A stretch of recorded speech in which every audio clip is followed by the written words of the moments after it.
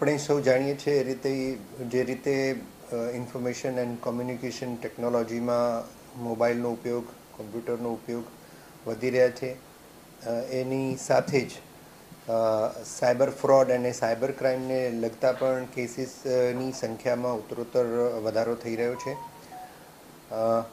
આર્થિક અને બિન આર્થિક બંને રીતે સાયબર ક્રાઇમને કારણે નુકસાન સામાન્ય નગરજનોને થઈ શકે છે. એના માટે આપ સૌ મીડિયાના મિત્રોના માધ્યમથી એક લોક જાગૃતિનું અભિયાન ગુજરાત પોલીસ અને માનનીય ડીજીપી સાહેબના માર્ગદર્શન હેઠળ ચલાવવામાં આવી રહ્યું છે, જેના અનુસંધાને આજે આપણે સૌ મળ્યા છીએ. અમુક વિષયો જેમ કે આપણે વાત કરીએ તો સાયબર ક્રાઇમની જે હેલ્પલાઇન છે એ 1930.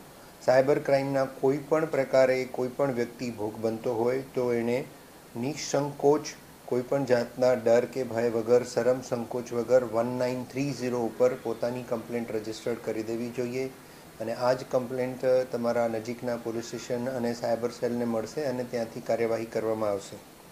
સાયબર ક્રાઇમને લગતા અનેકવિધ હેડ છે, જેમ કે આપણે જોઈએ તો ફેક આઈડેન્ટિટી, એટલે જે વ્યક્તિ એ વ્યક્તિ ન હોય બીજો વ્યક્તિની ઓળખ આપી અને એ રીતે ફ્રોડ કરે, એમાં પણ કરોડો રૂપિયાનું નુકસાન લોકોને થયેલું છે.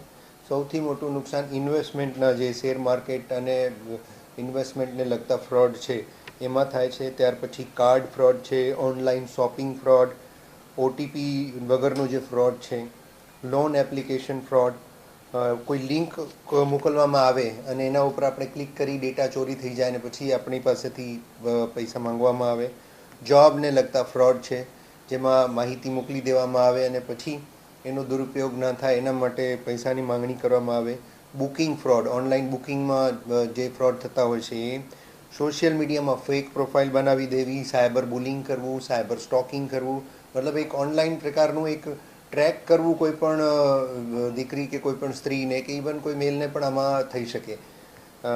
પછી કોઈ પણ ટાસ્ક આપીએ કે આ ગેમ તમે રમો કે આટલા કાઉન્ટ તમે આ એપ્લિકેશન પર પૂરા કરો એટલે તમને આટલા રૂપિયા આપવામાં આવશે. પછી કસ્ટમર કેર, ખોટા કસ્ટમર કેરના આપણને મેસેજીસ અને ફોન આવે. પછી ઓટીપી માંગવા માટેના ફ્રોડ, એ પણ એક અગત્યનો મુદ્દો છે. ન્યૂડ વિડીયો કોલ પણ હાલ ખૂબ જ ચલતમાં છે.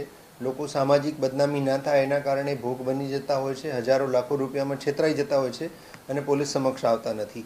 તો મારી અપીલ છે કે આવા બાબતે પણ કોઈ પણ જાતનું ડર કે ભય રાખ્યા વગર પોલીસ પાસે આવવું જોઈએ.